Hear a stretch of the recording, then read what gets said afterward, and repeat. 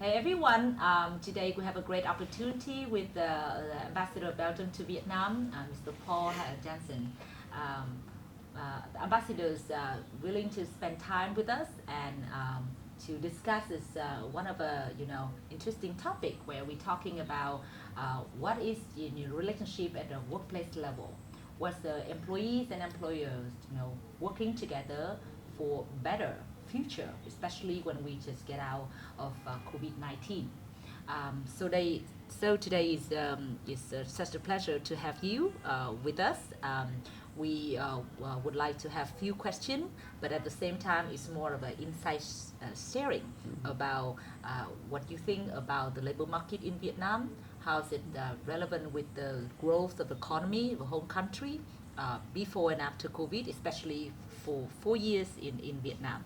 But of course, we try to make it in the simple way that all of us would come to agreement on some of the principle at a workplace. And I know that you have a great interest in people development. Thank you. So thank you, Ambassador, for your time and of course your interested in what we're doing regarding to bringing business and employee worker together at this very particular and special context of Vietnam where we just get out from COVID-19 and everybody want to see what we're going to do next, what we're going to work together for the better, of course not for the worst, and what we're learning from COVID-19, which is we seeing in so many workplaces we went through. Um, um, but to make it, is it easy for our audience, mainly company leader, manager, professional, female professional, and sometimes even worker, student. We would like to make the literally like sharing today become some storytelling and some insight sharing. So I would like to have from you with some of the metaphor we have in Vietnam. For example, when anybody, I believe from Europe or from Belgium, mostly company and expert coming to Vietnam and ask us a question. So what are Vietnamese, how the Vietnamese working?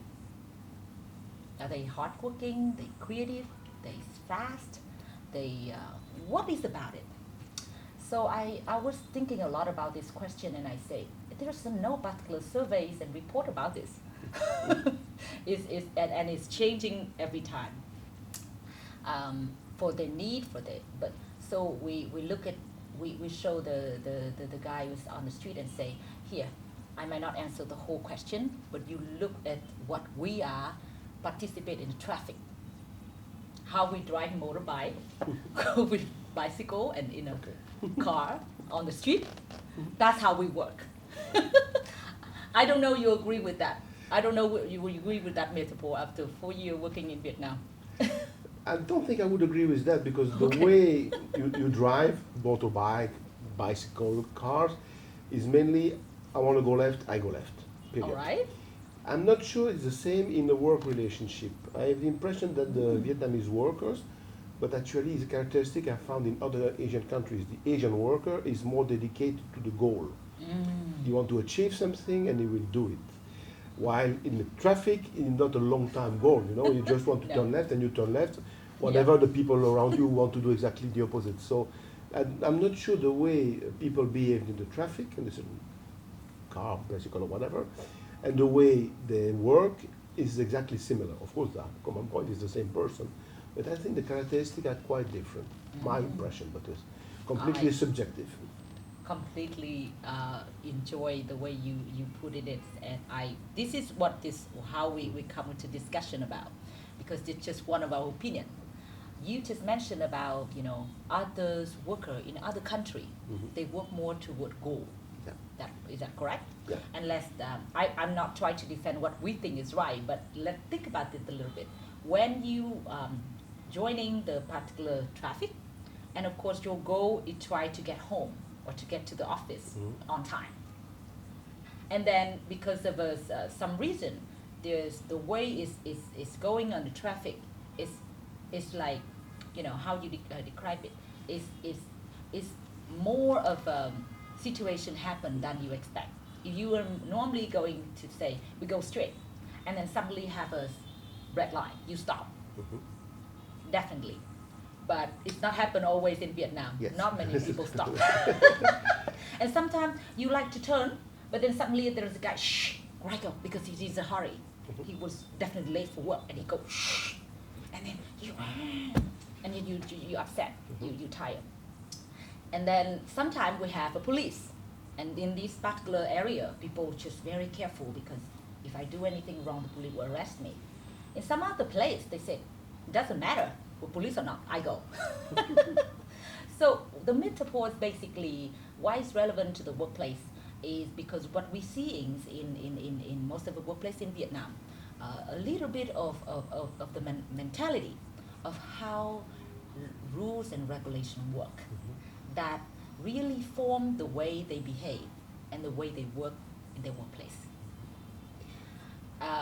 In another sense, it's been what we're seeing is pretty much flexible in the workplace themselves, and in an expert term we call it pretty loose labor market. If you see the mobility of workers and professional, you know, moving around different jobs and different places in Vietnam, is really high. And then it's, in order for you to get a job for quite some time, it's a matter of contract issue, it's a matter of complying with the contract, or how we agree with each other on the term of the labor contract in order to make sure that you stay for a long time, you get paid for what you do. All of that picture right now in Vietnam is quite flexible, it's quite diversified. I would say that it's really have so many colors. That's why we bring in the concept of joining the traffic jam as one of a metaphor. Yeah. So back to what you think about you know, Asian workers in general, and I believe that even the manager or the bosses under the law, they are employees. They are get paid by the owner of the company. So at this point, the role or the importance of law and regulation in Vietnam really takes some part partially into place. Do you agree with that? Yes, I agree, but there is another dimension, and I think for me as a Westerner, because I was working in Korea also, and I think that Vietnam is trying to follow the same path. Yes. And I would say the work relationship I experienced in Korea between the leadership of the company and the workers, there's a personal dimension, personal relationship Yes. that you will not find in Europe. In Europe, you sign a contract, you work, you receive your salary, period. Yeah. In Asia, it is another dimension which is more, would I say emotional? I don't know exactly what term to use, which is yes, there's a special personal link between yes. the employee and the employer or his Okay. boss. Yeah. It's very hierarchical sometimes. Yes. For instance, I don't know if it's the case in Vietnam, but in Korea, after working hours, all the workers go together, have a drink. If you Okay. don't do that, you're Same here. outcast. If you don't do that, You are an outcast. oh. You're not part of the group, so we cannot Oh. trust you, and this is bad for the work relationship. Mm. Of course, in Europe, of course, from time to time we have drink with colleagues, but it's not a must. Okay. In Korea, it was really a must. It's a must that the boss invite all the colleagues to have some Korean barbecue, for instance, and Yeah. drinking soju. Yeah. And it's normal that all the workers will go. Okay. Of course, you can miss once if you're sick or something like that. But if you systematically say, no, boss, thank you, I have to go back home, Yes. you're out of the group. All right. This is So there's very, another really dimension good. which does not exist in Europe or in the United States, in the Western No, world.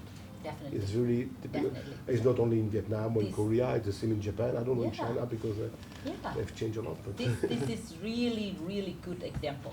I must say it's really good example, and it's exactly happening in Vietnam right now, and even before. I mean, we call it the collective, you know, as a group together, as how you come into work. You don't do, we call it like, you know, lone hero or individual. You have to join the group themselves. Yes, we drink after work.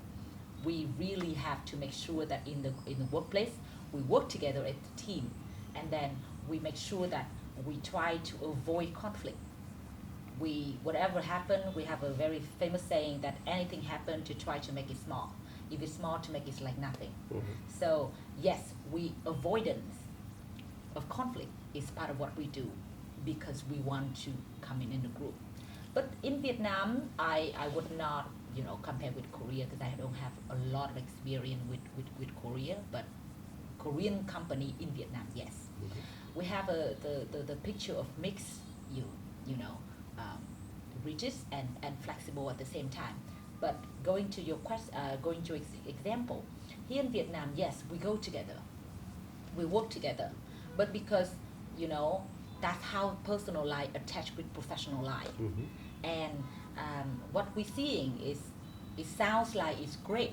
I would love to hear more from you. Is that good or not? But in Vietnam, we see more of a negative rather than positive, because when personal involved in your work, a lot of decision from both sides, from the boss side and the employer side, pretty much meant, sentimental decision. So it does not reflecting what the guy truly good at work, the performance is good or not. It's about whether I like him, whether he's a personality I enjoy, so I think he's better than other.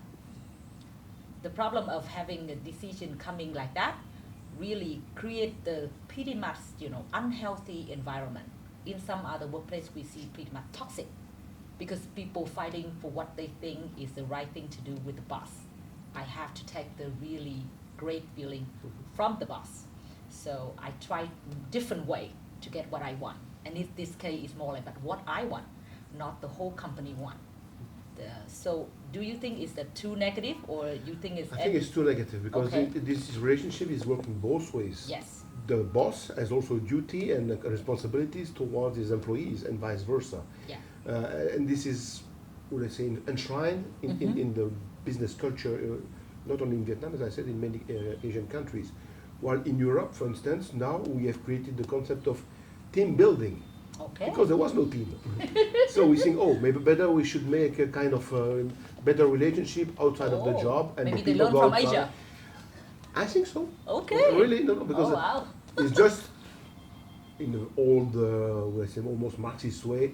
You have the producer, you produce, you sell your workforce, you got a salary. This is kind of a Marxist described relationship. Yeah. And so this is not working. This is what it was working in Europe in the 19th century during the Industrial Revolution. But now on this base, you just create big companies with a boss who is almost, And a slave organizer or something like that. That we have to 19th century Europe and the United States, in Germany, in France, in UK, in Belgium. The relationship between the worker and the boss was horrible. Yeah. That's why we had to create trade unions, and then when the strikes, and the police was shooting on the strikers. I think the relationship in the 19th century was very tense. Yeah. So I'm happy to say that now we have a more balanced approach.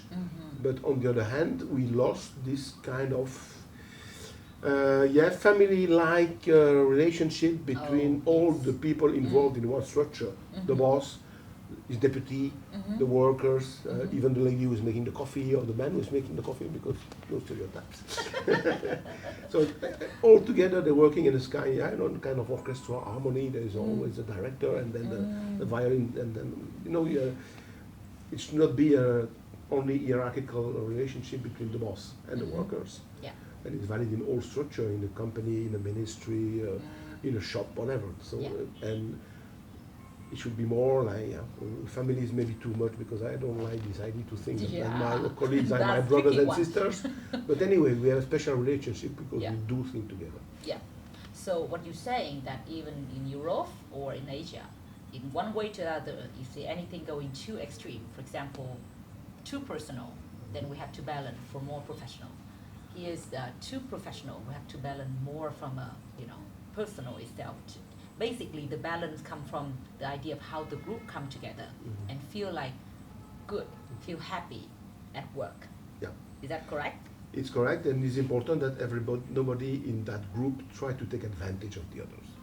Because sometimes in this kind of organization, when it's more like family-like relationship, There's only say, oh, good, I will use the others. Yes. They have to understand that this is both ways working. So So this is the come two from ways very relationship. interesting. Yeah, it's come from very interesting point because if I would bring another question if you don't mention this, but look about it. If you have a professional workplace and you have clear regulation of how, why, and how you would not be able to take advantage of other.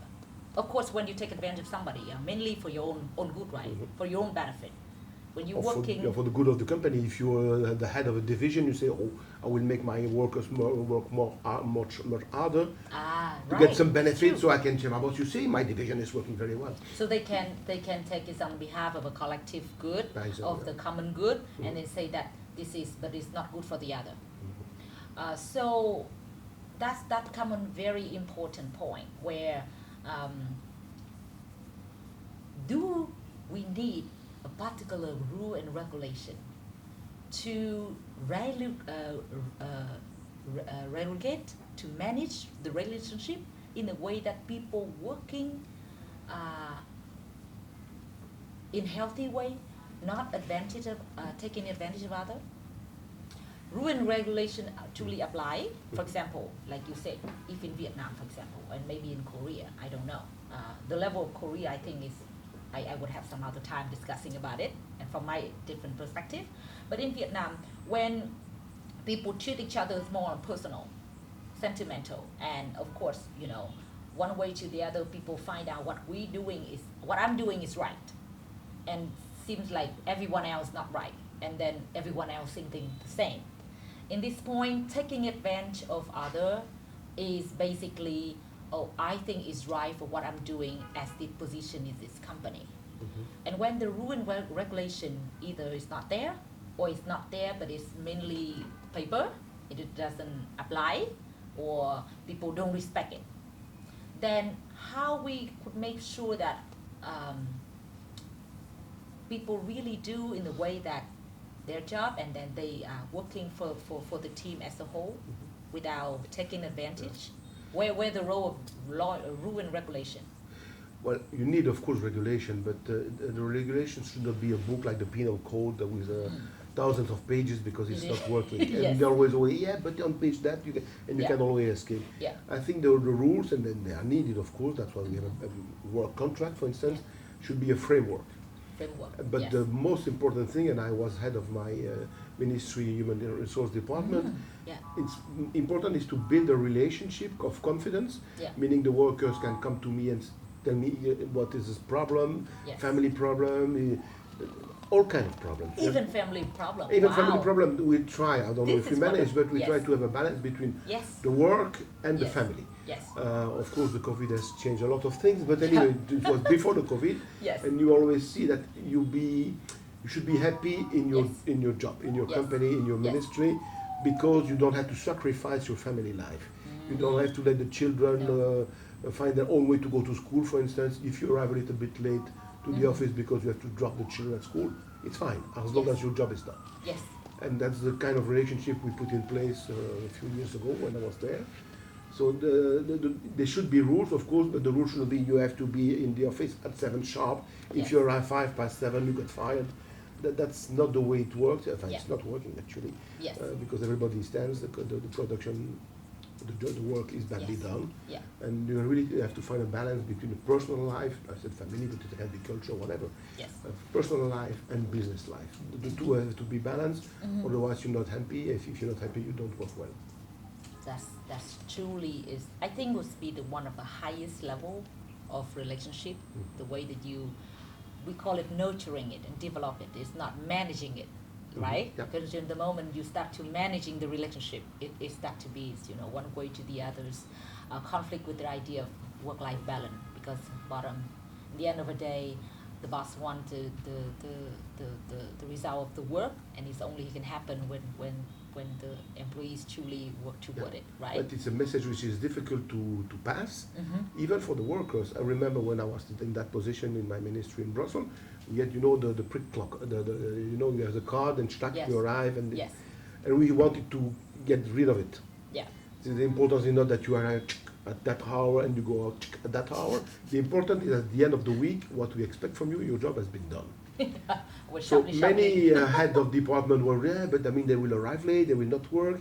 But workers themselves say, if I don't do that, you will force me to work overtime and I don't want.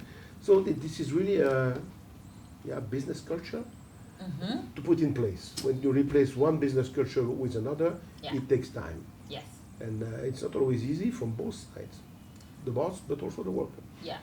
It wasn't that take time with culture because we're building and we start to seeing the behavior of people over there with the boss behavior and you see how's it go and then you create the culture.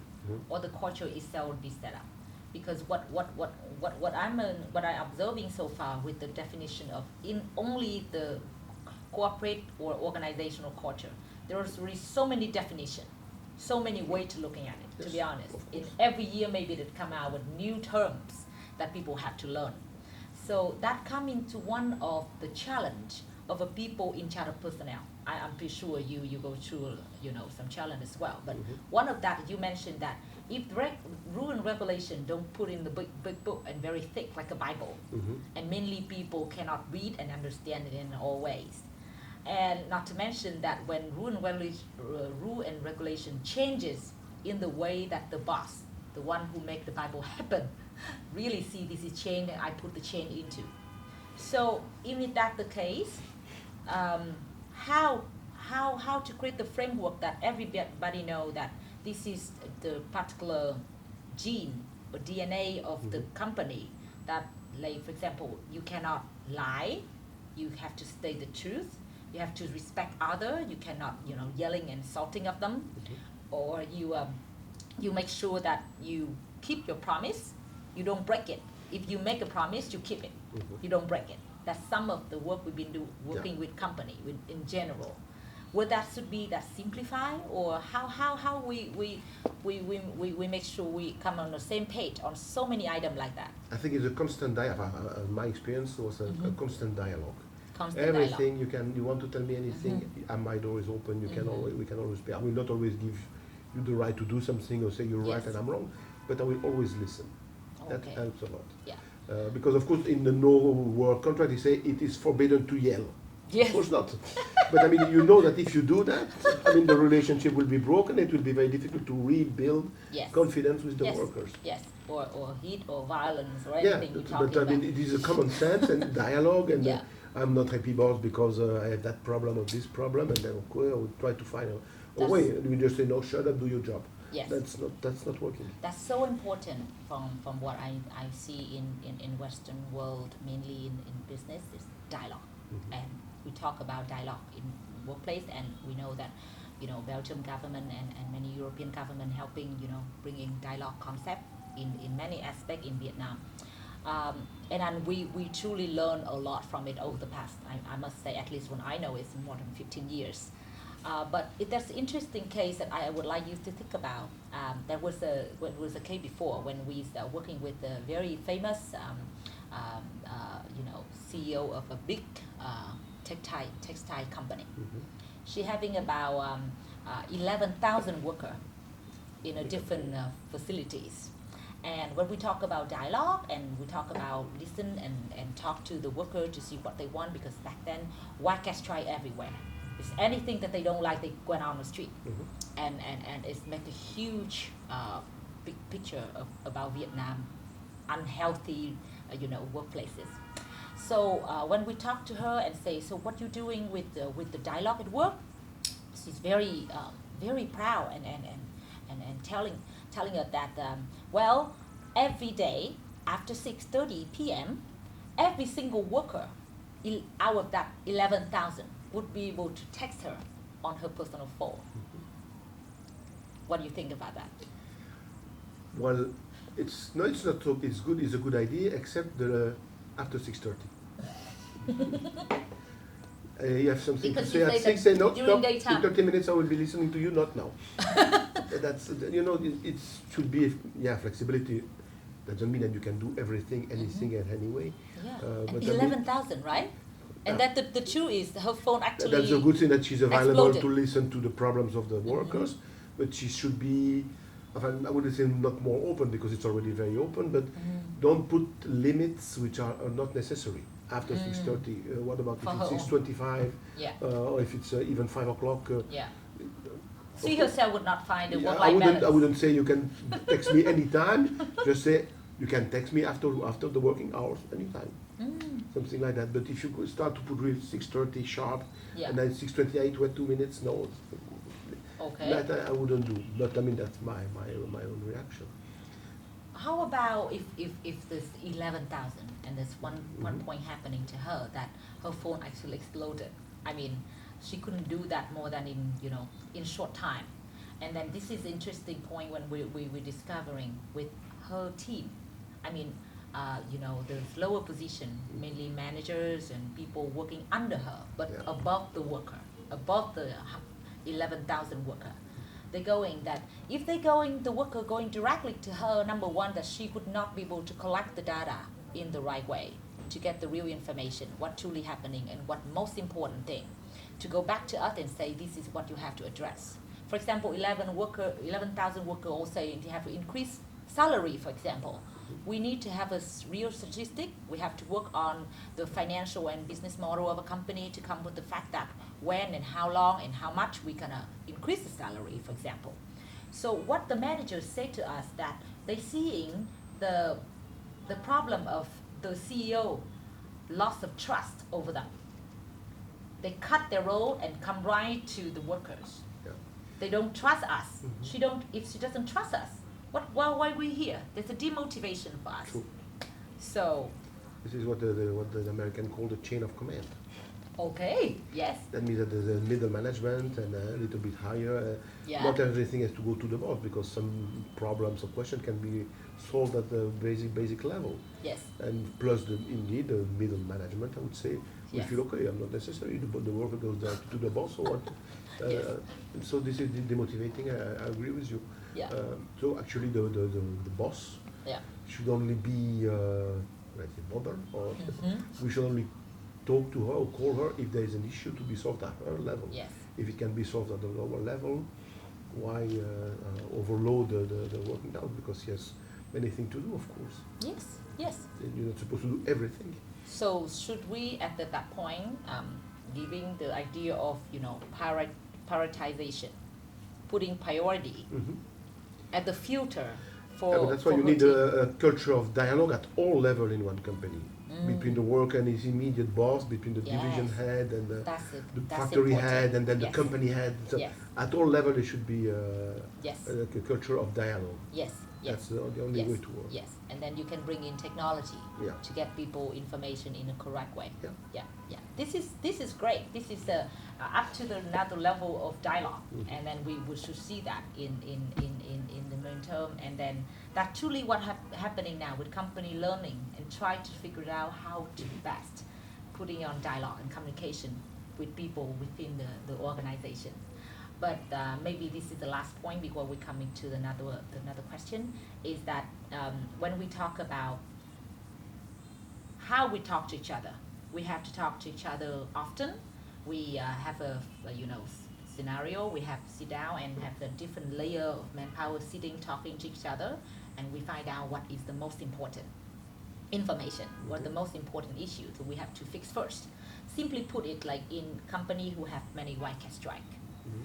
The moment that company, they could be able to find when exactly the worker going on strike is a huge matter of art. They have to find out. You're talking to the wrong person because my country No, is exactly. specialized in I'm strikes. That's how I will share with you the picture of what we're seeing, because it's not finding the solution is everywhere out there. But what we're seeing is this is another interesting story. When a company come down and we're saying that, where you going? Oh, we cannot meet you today because we have to fix a white cat strike. Well, how do you fix it? There is the man who's writing in handwriting about tomorrow we're going to go on strike and throw it on the toilets of a company. So okay, so how you figure out how you alert and how you solve it? You go, I'm gonna search for the handwriting of a 8,000 worker in the company to see who has wrote that. and then I cut the guy off, and then I blah, blah, blah, and blah, blah, blah. So, of course, that's one of the way people doing. I mean, people try a lot in order to, but I see, but I think the best, the reaction should be, what is the problem? exactly. Why do you want to go on strike? Here we are, we are. Yes. It doesn't mean that the strike will be prevented, because Yes. in my country, Yeah. you cannot go on strike because before sending beforehand, a few days before, Yeah. what we call a préavis, means Yes, if nothing is done in 3, 4, 5 days, we're Yes. going on strike, and then you Yes. start talking. yes, It doesn't always work. Sometimes people go on strike anyway, but at least Yes. the management will know that the people are not happy, the workers are not happy, that there is this problem to be solved, yes, and then you try to solve it. They're not always working. yeah. And We as call I it said, we singles. have many strikes in Yeah. Belgium also, like in France, for instance. But Yeah, yeah. at least we have this process to try to find a common way, a common ground. Yeah. And Yes, this the is common very ground you difficult. mentioned is that a double loop, not a single loop, because you try to find the handwriting of a guy. Next day he would typing it, and no way you could And find then who once wrote it. somebody has to write it for him. So Exactly, that's exactly. It doesn't change. Yes, doesn't and make- then you might, focus on the wrong guy instead of Mhm. other, and you cannot solve the problem anyway. The white cats try to happen anyway. Yeah. So that word was this perfect way when you saying that it's more about what truly happened. What truly happened with a team of 5 people may be easy to find if you keep the continuous dialogue Yeah, and but talking. when you had 8,000 100 maybe still okay, but 1,000 of them, Yeah. and exactly when we're talking about it's the expectation of the society and then international community toward Vietnam, to be honest. Yeah, but that's the use of trade unions. Yes, Of course, in Vietnam, you don't have the same trade union as we have in Europe. I wouldn't say that in Europe it's better, but in each and every department, you have one representative of workers, usually several, because we have several trade unions. So at every moment, if there is a problem, somebody knows about it. yes, And if the problem is becoming really serious, it goes up to Yeah. the management, etc. Yeah. So in the company, you need representative of workers. yeah, Because each worker cannot go individually to the boss or to the head of division or whatever to say, I have this and that problem. It's better, if it works that way, at least in Europe, and in the United States also, that one or two person in a division, in a company, even if it's an SME, collect yeah, all the problems, and if he sees after a while that it's becoming serious and that really we have to do something about it, Yeah. this guy goes to the management. yeah. I mean this. Thank you for bringing that up because I haven't, think about going to that direction yet. But it's reality. It's reality right now where we're seeing that even trade union and HR people and the company board director themselves trying to do a lot to try to understand their worker. What would make it simple is the more you understand your own workforce, the more you understand what you want. Yeah. The more you will be able to solve all the problem and maybe going to the direction where you really want to go in the fast in the quick way. Like I can go back to the COVID with next one, but this is another interesting picture when trade union and HR. I mean, in the role that is quite interesting and diversified right now in Vietnam, but they're trying to find what the workers think. Some of them every morning go down to the production floor, to the hotel, and try to see hello, how are you, and look around. If they feel with their own experience. For me, it's more sentimental, looking to people whether or not they feel happy or not, and they come to talk to the person, seem not to be happy. And some others try to have a survey every time. They bring in resources to do survey. People feeling in 360 degree. What you think about the job satisfaction? Are you satisfied with what you're doing here? And you give it to everyone. Some other try to have the direct face-to-face meeting, but mainly what we're seeing, interestingly, is that it's not that easy to understand what people think. Maybe they would tell you what's going on when you interview and talk to them, but it doesn't mean that they're going to do exactly the same thing they think when it's ended, the interview. I mean, the moment that the survey is different from the moment of they truly take an action. Yeah. I mean, it's interesting, and in Vietnam, when so many people, and we talk to many people, that the Vietnamese people don't want to talk to you what they truly think right on a straight face. Yeah. That's why it's useful to have somebody who can articulate the wishes and the complaints of many. For instance, when I was the head of the human resource department in my ministry, every 2 or 3 months, I think we had one meeting, not only with me, but the boss of the ministry, the head of the cabinet of the ministers, the representative of the trade unions, we have 3 in Belgium, all together around the table with an agenda and to review all the problems which have been identified before by the trade unions, and they want to discuss with us, with the management.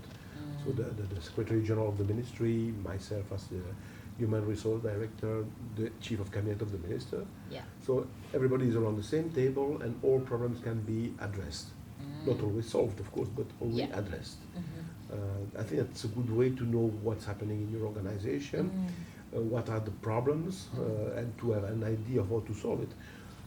Very often, sometimes at least, the solution proposed by the trade union are not simply worth to be considered because it's impossible. It's impossible, or it will damage the relationship or the work of the ministry. But at least you know.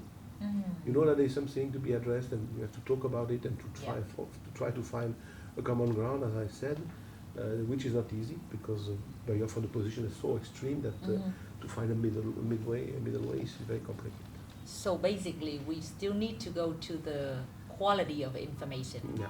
The understanding of each other in the different way have to go to really in quality focus. And each side should be ready to hear about the priorities of the other side. What is the priority of the company or the office or whatever cannot be, is not always the same than the one of the workers. You have to produce something, you have to deliver, and the workers, they have also their own so priorities. in other words, every single position in the company themselves need to learn how to identify the most important point and how to communicate with other in the real term. Is that that's correct? why, and that's why the permanent dialogue is important. You should be every 3 months say, oh, you have that problem. You should know about it if there's something is brewing. You know, it's not it's not popping up like that. So it's important to have a permanent dialogue. That was my experience at least. Wow, we really went through a lot of a lot of challenges, but at the same time the solution. I mean, you say it's not your expertise, but you already giving us a lot of solution. The suggestion for a lot of company. I'm telling you, there's so many companies still don't know how to do. It's a process. There's a Belgian writer, a lady, who was actually the daughter of one of colleague of mine, who was ambassador in Japan at that time, 20 years ago, and she did an internship in a Japanese company. Oh, okay. This is really a waking up call, you know, how people can think differently. Seeing a company, an internship, okay, well, with something we know, doing an internship in a Japanese company or in a Belgian company is like 2 different worlds. But this book is very funny, so that's why I enjoyed it very much. But you say, how come they do that? But I mean, it's working. The Japanese companies are very renowned for being a productive company and successful. And the workers in Japan don't go strike very often, so I think that at least seem basically happy. But for Westerners, you say, how come it's not possible? If you do that to a Belgian worker, he will go on strike for sure. Definitely. and vice versa. But the truth comes out is when we work with people, right? It's still always a fascinating thing, but always a challenging. Challenging, and then you have to be ready to listen to the other and then understand that the culture, the business culture in that case, Japan, but it can be another country, can be different, but as valid as yours. Can be different, but invalid. Yes, I totally agree with that. So I think we could come longer with these topics. But I would like to wrap it up here. We sort of agreed with the importance of dialogue, communication, but not quantity, not like how many hours of talking to the other, how many times meeting, but more about quality, how we really understand each other when we, communicate with each other, right? And the more we understand each other, different level of an organization, it will come down with the fact that we learn about each other, we know about each other, then we would be work better together. Is a good call. Are you gonna add on that? I would just ask me, maybe some keyword that you really like. Some keyword that you really like is flexibility. Okay. Understanding, dialogue, and flexibility. Okay. But your dialogue is good if you listen, but anyway, you Yeah. don't change your mind. You still, Yeah. yeah, whatever. That's. I sort of agree with you with that keyword, but that would also bring me to the second part. Good. For Okay. this point now, we Sorry. would love to end this part, and then we would go to the next section with the similar context, and I hope that you enjoy this. Very much. Okay. Chị không thì chị không nói em không nghe em không. He only can. Is to help them to get the benefit from it. Yeah, that's how I agree. Yeah. We agree on that. Yeah, yeah. Okay, I just want to make it some. No. We agree. We had a process in the ministry that actually when you learn, what we call it, formation continue, I forgot the name in English, when you continuous. Yes. Improvement. Improvement. You Continuous have to learn improvement. during your whole career. Yeah. And there's a financial reward of that.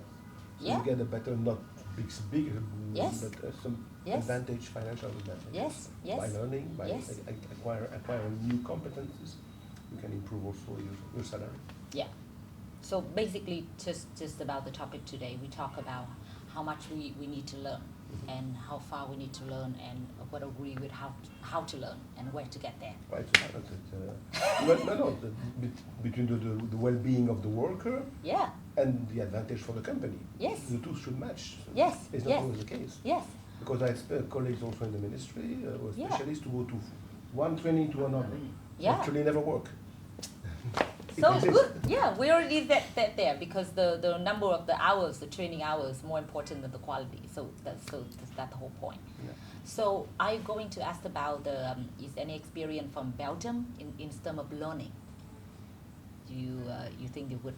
I want to have some sort of metaphor or something that we're learning from those guys. We know mostly TVs and how it's influencing generation, or anything is regarding to learning and the learning mindset and working mindset from Belgium, for example. Annoying. De eeuwige student, on dit souvent que les étudiants continuent souvent à étudier, et finalement on repousse à chaque fois. Yeah, the idea that studying is good, training is good, but at some point you have to put in practice what you learn. Exactly. Yeah. And you would measure your progress. yes, and you then would be you able can do to. your job better, and Yeah. means that if you do it better, you can have better salary, etc. Yeah. Which means you can more measure. responsibility. You can yeah. measure it up. As I said, I have also some colleague experience that myself. Yes. Go Yes. from one training to the Yes. other. So And we actually, agree. they never work. Yeah. Okay. So we agree that today we're gonna talk more little down to earth with company, with employee. We don't talk about. But my problem is that I don't have any experience in the private company. So I'm I a civil just- servant, so I No, work in you just ministries need- all my No, life. that's why you should only need to answer in principle, Yeah. and then we What can. can I explain about my feeling and my experience in a ministry, but definitely a ministry. You don't have to a talk- civil yeah. servant is Yeah. career is very different from a private because I there's no think- competition, less competition. I think some key principle is still there, even if the competition may be a little less, but the idea of the relationship you keep in one team, one organization, between you in the role and others in different level. The first thing is we respect each other, right? We is working with each other. We try to see what direction we go together. And by learning, we know that learning that when we share knowledge and when we'll be able to get there. It's just most interesting coming out with anything happening as a problem in organization. In the learning organization concept, they have two concepts. One is the single loop and another is double loop. So any project, any team, any organization, when we are working together well to build a house, to build a building, to make a mission, anything great, then nothing to talk about. Is that correct? We talk about the success. But if problem happen, there are two ways of looking at it. One is single loop. When the problem happen and the company or the team try to solve it quick, like quick fix, without looking at what's the problem or consequences might happening with that quick fix. That's called single loop. Yeah. But if you really spend time, but the good part is with that is you don't spend much time. But then if you truly spend time and solve it until the end, to the bottom, which means that you hope you really see that the problem not gonna repeat again, and then you don't have to pay any cost later on for that mistake. They call it double loop. So what we try to sell this learning organization concept is it basically, besides others, general idea is how to really look into the benefit of single loop. Yeah. In French. Thank you, Ambassador. We have a great first section, which I really enjoy. I hope you do too. When we talk, we were able to talk, about what truly going down the road with company, workplaces, and the relationship with employee and employers, sort of. But because of there are so many topics to talk about, I just want to bring that particular, real-time picture into what's going on with the law making process in Vietnam. When we talk about, how law and regulation, to some extent, it still shape the way people think and work at the workplace. It still take an important role in order to make sure that people see there's some particular principle at work that need to follow. Like you said, it's a good framework, not the very big, thick Bible of mainly people don't read. But then at the same time, it's not always easy to make sure that everyone else understand those principles if it's not interpreted in the right way. Like if the principle either too broad or too abstract, people have an intendance to interpret it, to translate it in their own way.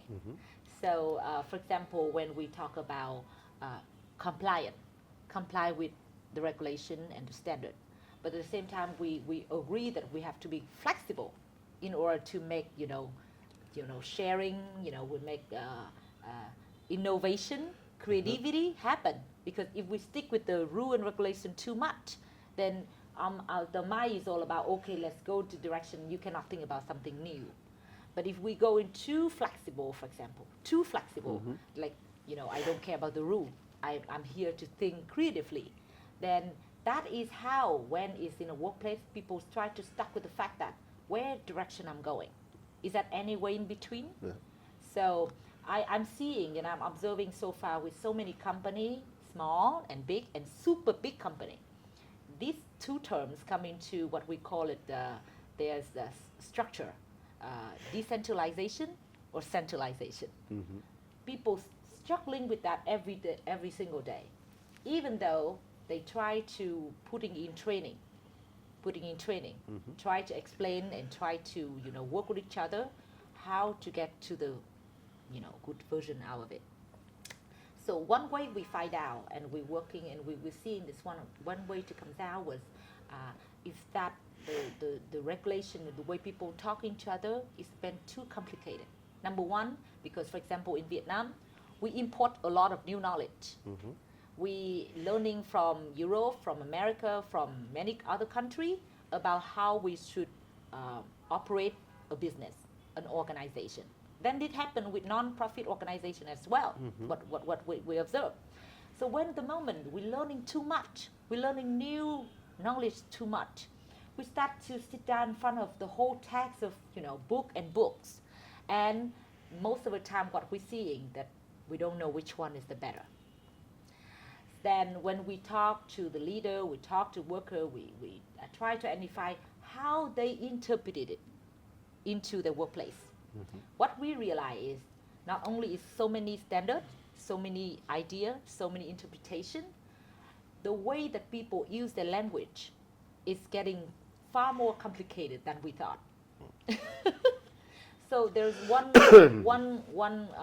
way we find out, and then we try to take initiative to putting on what we call it lean language. It's any language that make the layman would understand. Layman in this case is applying for the lowest level workers and even cleaner. If that person particular understand what the vision, mission, that maybe it's a little too much, but the culture of company and regulation, and if they can get it to some extent, then other layer, of course, maybe understand the same way. What do you think? Well, yes, it would be an ideal world, but I think I think it's not easy to put in place. It's quite complicated that everybody agree on the same concept because this is what it is about. It's a bit complicated. I don't have, frankly speaking, I don't have any experience, any insight in this kind of process. It makes sense, of course. It makes sense, right? yeah. In general, Yeah. because, before that, the bottom line is people start to find what the most important book they're going for, right? If there's so many books and 100 books, maybe they have to pick one. Don't you think? Yes, that's true. But in my country, it's a bit different because it's very much decentralized. For instance, all the car factory workers, all the Yeah. shop owners, not the shop owners, so shop workers. Each sector, they have their own what we call convention Yeah. between the bosses in that sector Yeah. and the trade unions. Yeah. They have a special agreement, and they have a committee meeting regularly Yeah. about that sector. Yeah. All the workers, all the companies in the textile sector, for instance, they have this special agreement with a committee reviewing regularly what's happening. Yeah. And those are the regulation Yeah. So for the that sector. frequencies- Yeah, the it's frequencies very of meeting. frequent. Yeah. And then you have, of course, the labor law, which is for everybody. Yeah. But in the labor law, they have this, would I say this, not article, but this specification that each sector should arrange by themselves, workers and employers. And if they don't manage to get along and to find Yeah. common ground, Yep. then it goes to the government or even to the court. Yes. So this is by level. So Yeah. we have many books, Yeah. but we try to find a way that there's only one book applicable to one sector. That's wonderful. Yeah, but it's very time demanding. I can Time tell you. demanding, Yeah. and then we have to come with an agreement on that, right? Yeah. So that is very important. That seemed to me that it's come to the two terms that everybody keeps talking about every day. Besides decentralization and centralization, is diversity and integration or consensus or agreement. So when you open that all in the workplaces, there's so many opportunity, but at the same time, so many challenges and then like you said, time. Time is the most asset here, that if the boss willing to take time to make people come and learn with each other and then come with the particular book option or idea option. Even that's in one particular sector, let's say the representative of all the bosses, because there is let's say textile factories, an example. If the boss of textile companies don't want to give some advantage to the workers and they're really adamant and stubborn, up it goes to the next level, the government intervenes. Say, you cannot agree among yourself? Okay, we are going to decide. And then if this doesn't work, because the workers say, no, the government is working with the boss, we go to court. Yeah. So that in ideal system. I don't know if it's ideal, but where with he is not working, you go right there, and you hope it's not working, you can go here. Yeah, step by step. Yeah. But two is that it's going to the reality in Vietnam as most of them practice. What we're seeing that every company, every small and big company want to learn, especially with COVID and digital transformation 4.0. Everybody realize they have to learn. But how to learn is the right thing. Because we say, when we say that time is the most important, and this is maybe the different, I don't know what you can tell me, the different with the already developed, economy, business, with the mindset of learning, with the, most of company and economy here that we would like to go fast.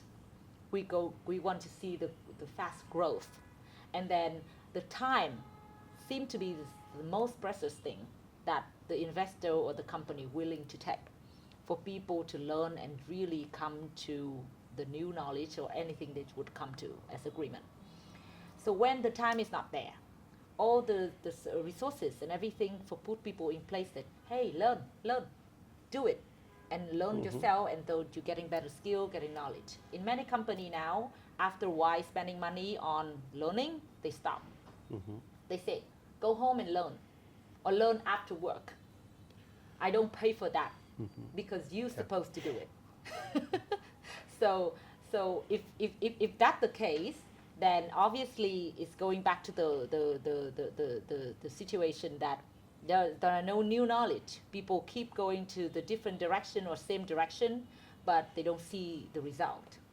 So one of the things that we seeing that happening in Vietnam is when company, they don't want to spend more time with external system. Like if they seeing this, if they don't solve things here and they have to go to the next one with government, with outsider, with courts, because they know it's got to take time, money, and all the reputation thing involved. That is the motivation for them to stick inside and spend more time and resources on learning. Do you think it would be, I think learning at inside your own organization is more important.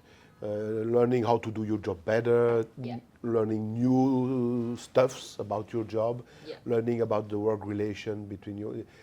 First level should be inside the organization. That's what Yeah. we do in my ministry also, if I may say, because Yes. that's my experience. Yeah. We have a department in charge of that, Yeah. organize a lot of different trainings, also language, for instance, because Ministry of Foreign Affairs, we have to speak. So this is the first level, but then we have another level, I would say, for more specialized thing, which is organized at the level of the government. So we have one ministry for all civil servants, organizing, among other things, training for workers, but mainly for managers. Yes. This is organized at the central level inside the government organization in Belgium. So you have the level of the companies, the department, the ministry in this case, Yes. and then the superior level of the government Yes. in general. Yes. So I think I don't have a first knowledge learning. of companies, but I mean, it should be the same. A company should be should the same, also yes. have inside the organization, a structure to teach your workers how to do your job better, learn new skills, And the boss need to learn as well. and the boss needs to learn as well. And then for some certain things, it should be organized maybe at the sector level. If there's something important to know about the new labor law, for instance, it should be organized Yes. at another level, and of course outside of the company. Yes, yes. This is what you just mentioned is just so in line with what I'm about to say. We have a great event with Manpower in Vietnam the other week, and there's 300 company in Long An province come together, try to learn how and what they gonna do to attract workers from other provinces to come to Long An after COVID, because they lack of so many workers, Yeah, not just I know. skilled worker, but workers, thousands of them, and they want to learn how they could be able to take those people in. So in this case, the company, mainly what we after analyzing, the reason why workers don't want to come back yet is because they still considering about whether or not they would have job, secure income when they come back, or there would be a no because it's relevant to the reputation the company mainly keep when they make a promise to the worker. So if the company cannot do the whole thing yet, and it's quite hard for them, the government, the local government in particular province and that particular sector, industry, need to work together and really bringing in the reputation Yeah. of that particular area Yes. and industry. So again, they have to learn inside and then really come to agreement that what they need to do to attract worker back. Yeah. So it comes just in time. And going back to the fact that the role of the worker in this particular point right now, every provinces need workers. Yeah. Every one of them. And we have so many interesting discussion about, total reward, compensation, benefit, all sort of things like that, which is pretty hard before, but Yeah. now it's open for discussion. So maybe I would like to go for the last point that we mentioned here is when company try, if they are, hopefully top of them would really see that what you say is to learn inside first and really understand the team, in the inside forces, really understand the capacity, which direction they should go, what markets they could go, and especially go into European market or American market and all sort of things. They have to know themselves first. At this point, they have to really comply Yeah, with norms. with Yeah. the Standards. laws in Vietnam. At the same time, any requirement from buyers, mainly global and international wire, which means who's bringing in so many standards, which obviously work good for the for the workplace themselves. The standard and requirement, mostly in code of conduct or requirement for purchasing, saying that you have to comply with different standards on environment, for social, which means workers and customer, and then governance. Even governance have to require, because governance bring everything in the table, right? So what we're seeing, that going back to what you just mentioned, there's so many standards, so many expectations, so many requirements. And going back to the fact that if you have so many books in front of you, how you can pick one and make sure that your whole team really learn one book together and make sure they know each other by digesting the book, and then customize it and then bring it in the knowledge that you can win almost every cases, or really make sure that all the buyer happy. That's the one challenge that we're seeing is now. Do you think the same way? Yeah, it's complicated because there's so many standards, as you said, environmental, social, etc.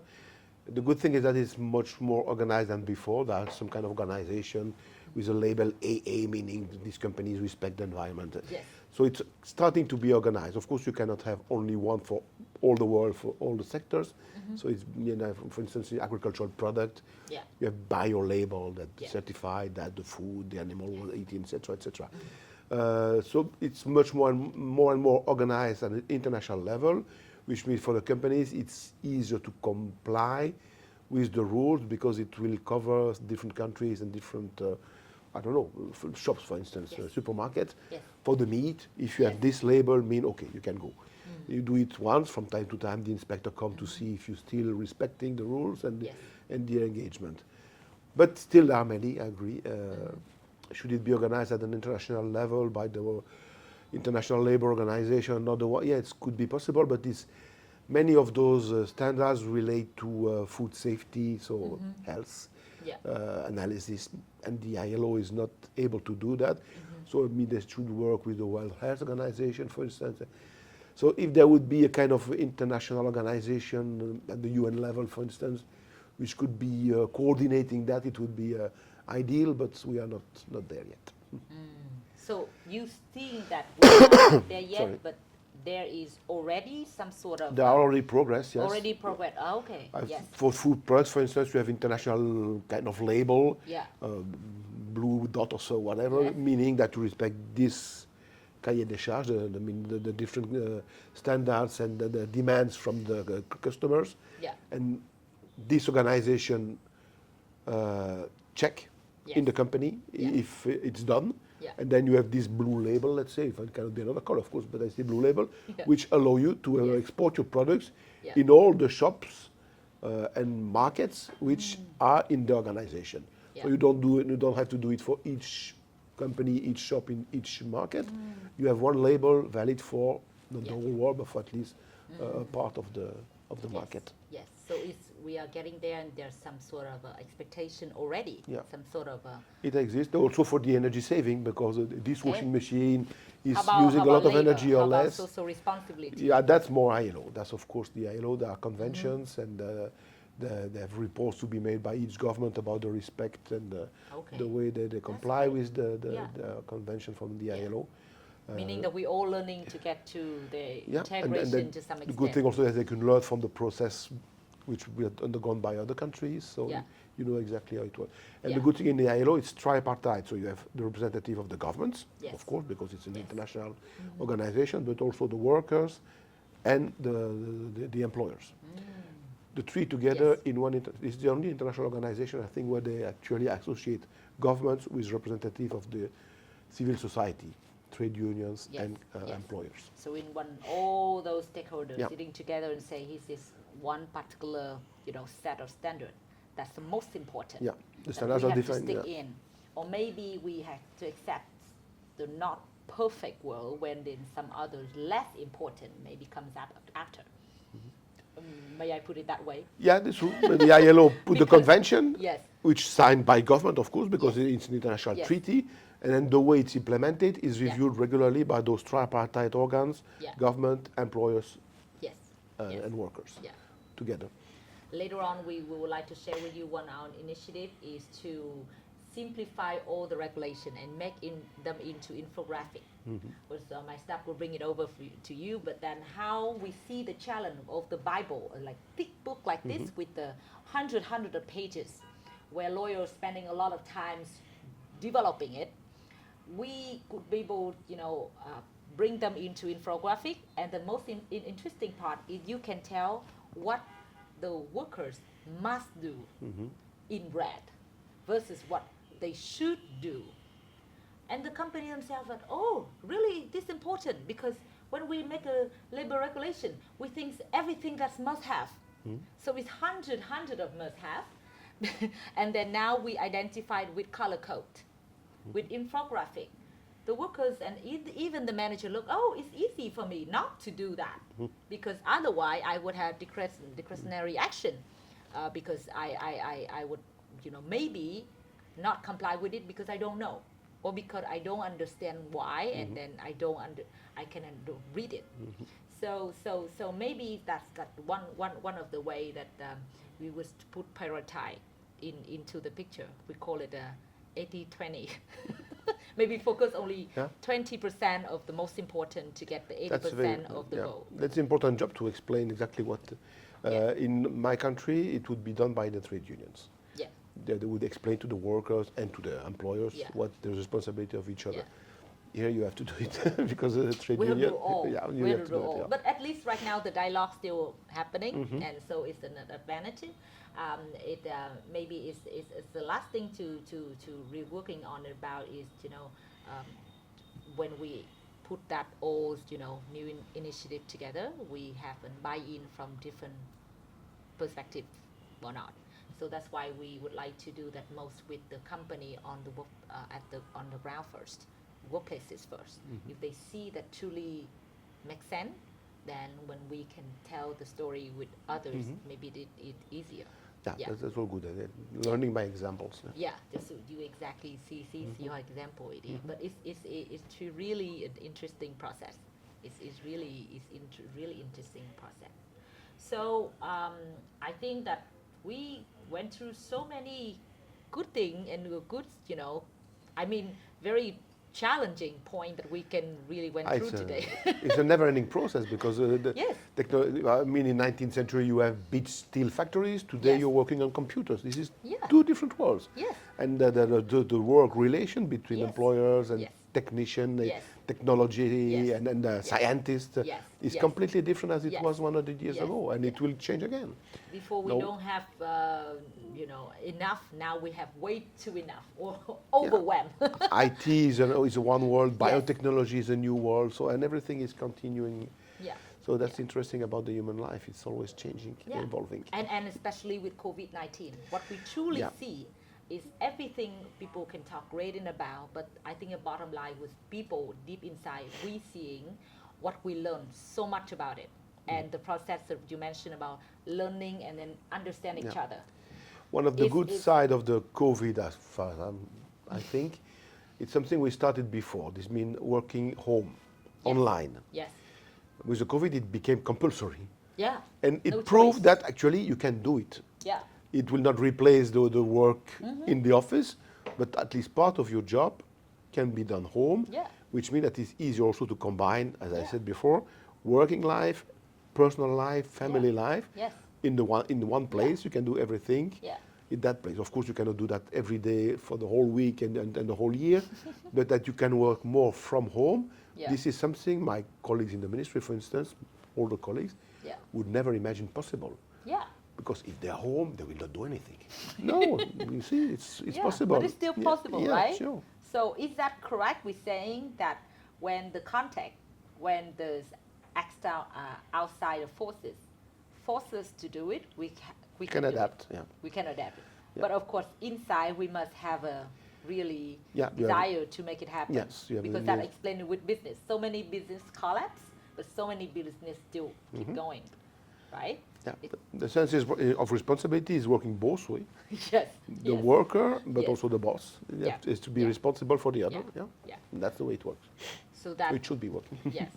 That's why we put it simple. It's just learning process. I mean, we learn fast. We want to get where faster, we need to learn together. We cannot learn alone. That's why it came with the concept. Maybe it's new, but we still hope that we can, have more the buy-in from we call learning organization, where everybody learning together to achieve particular goal, to better particular. So that also is the reason why we have the new program called Fellowship 100. We giving a coaching fellowship to about 100 female leader and professional. Why female? Because looking back in the picture you saw, we see the vulnerable or the one who need more help than other to support. Yeah. So I hope that we have some buy-in and support from you about how we would be able to help the female professional and leader truly learn the concept of learning for themselves, learning for their team, and learning for the whole organization. Because with that, I think they would have the influence, the voice over, where they are, and then from there they would be able to get the best out of their what they're doing, and then maybe that's how we explain work-life balance. Yeah, definitely. Unfortunately, a woman still has to prove that she is as good as a man. It should not be necessary, because obviously that's the case. But unfortunately, it's still like that. And what we have in many countries in Europe, what we call positive discrimination. I mean, you discriminate people, women, handicapped, colored people, and you give them extra help to reach the same level than, let's say, the average white male. So that everybody would be on the same and equal chance. Yes. Equality, that's important. Unfortunately, because of culture, it's not the case right now. Can hope that the man's mindset will changing, and it is changing. Not fast enough, but it is changing. In the meantime, you need to help people to at least have the same chance than the tough white male like me. This is the great. Just my own opinion of myself. No, I'm kidding.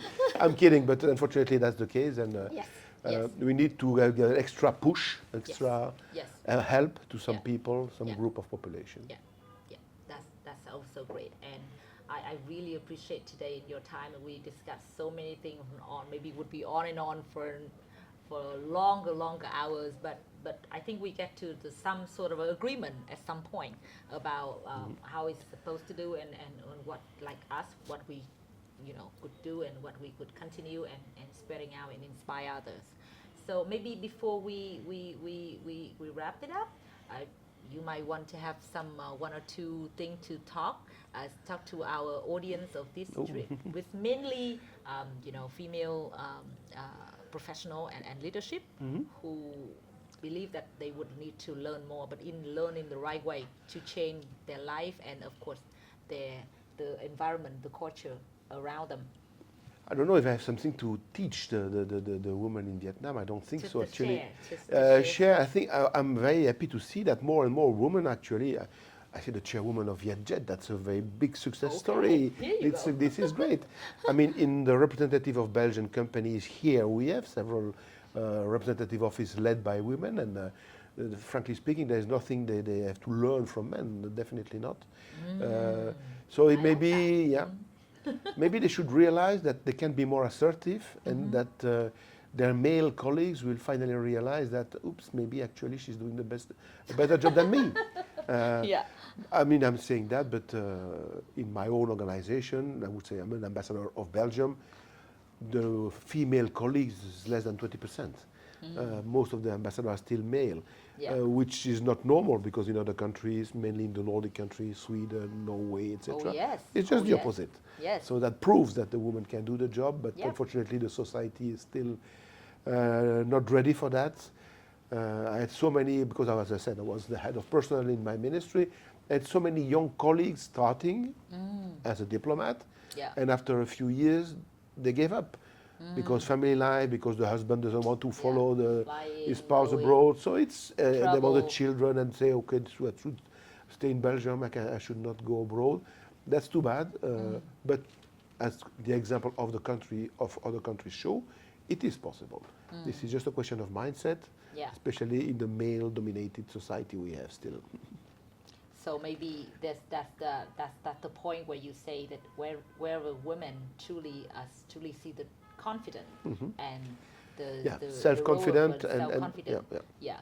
But maybe what I as a woman, what we're thinking, and that what we're seeing, women, not the one who already in the leadership position. This program is for professional who not there yet, Yeah. who still learning. And one thing we're seeing that they still seeing that they need to get more knowledge in terms of how to manage more complicated picture in terms of system thinking, how to see the bigger picture than normal, because when you are not confident, you're looking at the picture in the small aspect of it. No. And when you have a confidence, you Definitely, or yeah. another word, you learn, and then you realize, oh, we can get there. He's giving an example. That's why I'm getting more confident. Yeah, Right? that's absolutely correct. Self-confidence is more important. Too often, the women themselves think, "I know I should not do that. I have to follow my husband. I have to take care of my children." So this is also a way in the mindset, the way of thinking of too many women, because of the past, of course. Yeah. My mom was always working at home Yes, while my yes, father was going yes, outside. yeah. So It's still in here. and it's still there. And then any of us, yes. Yeah. she still think that this is normal. Normal, of course, she's Yeah. 86, of course. So Yes. but this is normal way. The women stay home and then prepare the food and take care of the children, be sure that they're properly dressed to go to school, etc. Yeah. While the husband is working in a factory, Make in the sure office. we're not a flower vase, for example. No, Why but I done this that is before. a way of thinking which is still present. Yeah. It is changing, but as I said, not fast enough. Yeah, but you agree with me that the new knowledge for women to learn is not just about the whole ideology that the society is set up. I think we need to be proactive, learning about the particular thing, dealing with people Yeah. in general, how to be, in personal, how to devise, combine personal and professional. Definitely. How to do is in centralized and decentralized. How to be compliant, but at the same time flexibility. All kind of knowledge, and I seeing that we all need to learn. And in order to come to the decision that okay, I'm confident, and I might be some position that I need. You don't need to learn more economy or more law or whatever. You need to learn about yourself. Yeah. Yes. Exactly. Yeah. In Vietnam, we have that famous saying, and I think it's right all the time. Understand, know yourself, know other. You always win. Yeah, you have to know yourself. Yes. All right. So we already have a wonderful time with Ambassador of Belgium in Vietnam, and we would like to thank him for his time and his energy during this conversation, because everything you go through is not always an easy answer, and not all this easy question has been answered. So, but we would continue this conversation, and we would love to have more of his insights and sharing with us other times. But we would like to say thank you, and we wish him best of luck for his for your new journeys everywhere you're going. And thank you for everything you've been doing for Vietnam, for all this great work, especially for the development of a country. Then in those focus on vulnerable group like women and female professional and leader in Vietnam. For that, we would like to thank you and wish you all the best. Thank you.